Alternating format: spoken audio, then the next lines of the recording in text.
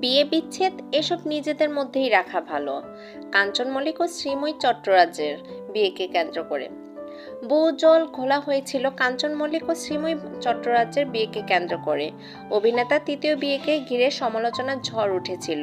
সাবেক স্ত্রী পিল্কির সঙ্গে বিচ্ছেদ নিয়ে দুই পক্ষের মধ্যে প্রচুর উত্তপ্ত বাক্য বিনিময়ও হয়েছে। তবে সেসব এখন পুরনো। বর্তমানে স্বামী কাঞ্চনকে নিয়ে সুখেই আছেন শ্রীময়ী চট্টরাজ। বিয়ের 7 মাস পেরিয়ে গেছে। পশ্চিমবঙ্গের উত্তপ্ত পরিস্থিতিতেও দাম্পত্য এবং প্রথম দিকের প্রেম নিয়ে স্মৃতির ঝাঁপি খুলেছেন অভিনেত্রী। ভারতীয় গণমাধ্যম আনন্দবাজার পত্রিকায় লিখেছেন দাম্পত্য সম্পর্ক নিয়ে বহু অজানা তথ্য। শ্রীময়ী লিখেছেন, সময় শান্ত নয়, কেউ ভালো নেই, মন ভালো নেই। আর.জি. কর কাণ্ডে বিচার চেয়ে পথে নেমেছে শহরবাসী। সামাজিক মাধ্যম হোক কিংবা টিভি, সব জায়গাতেই বিদ্রোহের ছবি। বিচার চাই স্লোগান দেখতে দেখতে ক্লান্তি আসছিল।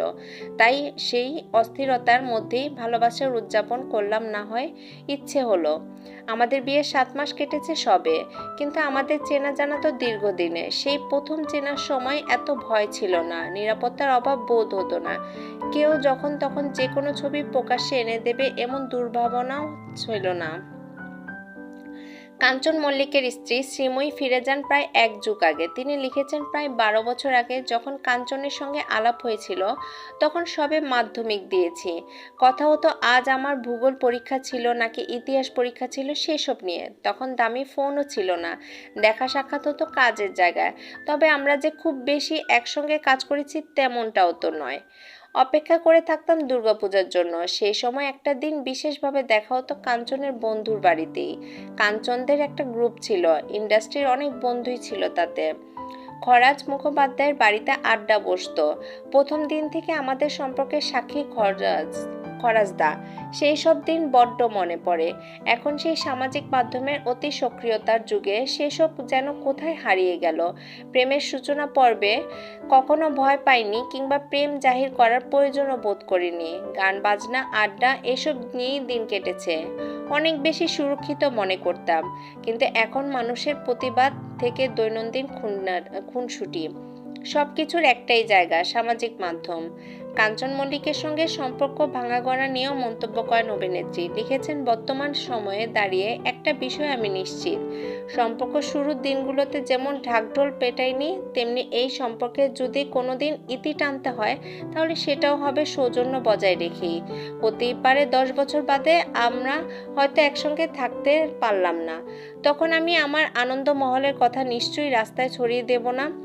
কাঞ্চনের আগের বিয়ের ক্ষেত্রে তো সেই কুৎসা হলো।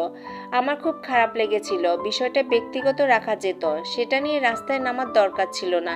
পরে একটা বিবৃতি দিলেই তা মিটে যেত। অনেকটা উত্থান পতন বাধা বিঘ্ন পেরিয়ে এই সম্পর্কটা পরিণতি পেয়েছে। আমি চাই আমাদের বন্ধুত্ব দীর্ঘজীবী হোক।